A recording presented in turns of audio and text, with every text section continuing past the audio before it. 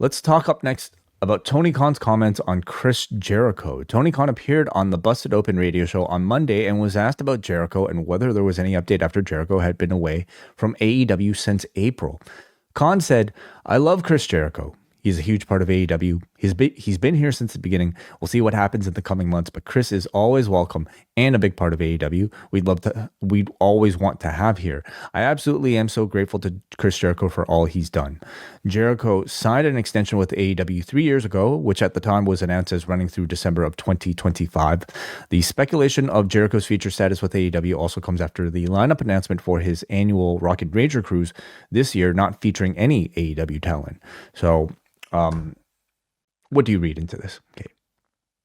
I think most people are assuming that he's gone. I have yet to see any AEW fans who have a huge problem with that. And that's whether there's a large contingent of people who are fed up with Chris Jericho and who don't like what he's been doing there in the last couple of years. I think that most people recognize that the company never could have gotten off the ground in the way that it did without him, and that the first kind of run of feuds that he had were crucial in establishing AEW stars like Moxley, like MJF, unfortunately that the quality of those the quality of those feuds has gone down.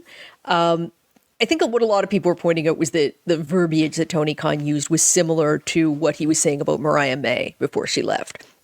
That said, it's also kind of similar to what he said about Britt Baker, and it looks like she is still under contract and possibly coming back.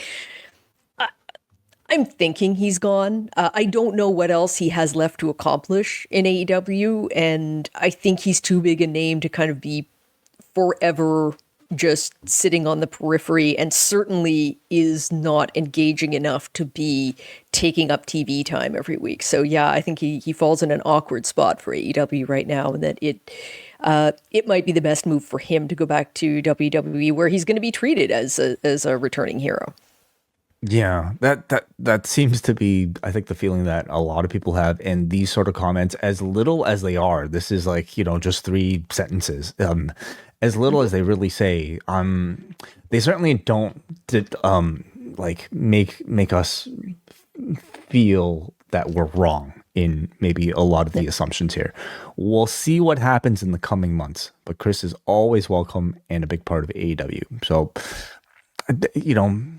if this December 2025 date is to be continued to be believed, barring any sort of further extension, could the expectation be that he's just not looking to resign? And should we expect him for Royal Rumble, which seems to be perfect timing? Mm-hmm. That seems to be the most popular theory. We'll see. Yeah.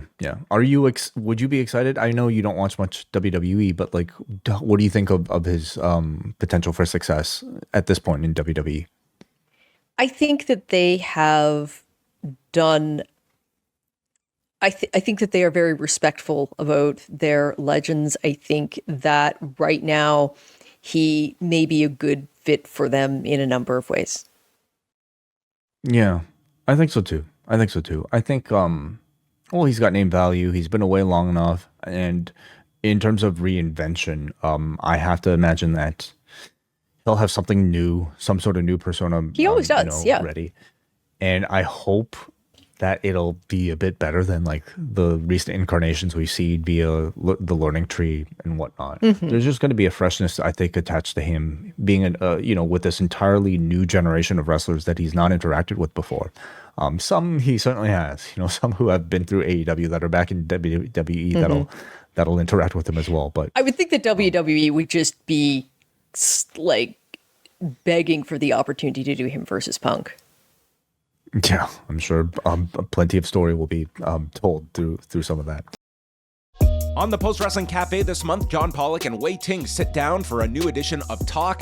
We are also going back to 1992 to look at the G1 climax from that year. Rich Vann and WH Park are getting together to review Peacemaker Season 2 and look at Marvel Zombies. Plus, we have Book Club detailing Kamala Harris's new release, 107 Days, weekly editions of Collision Course, and the XL versions of Rewind to Raw, Dynamite, and SmackDown. All can be found at postwrestlingcafe.com.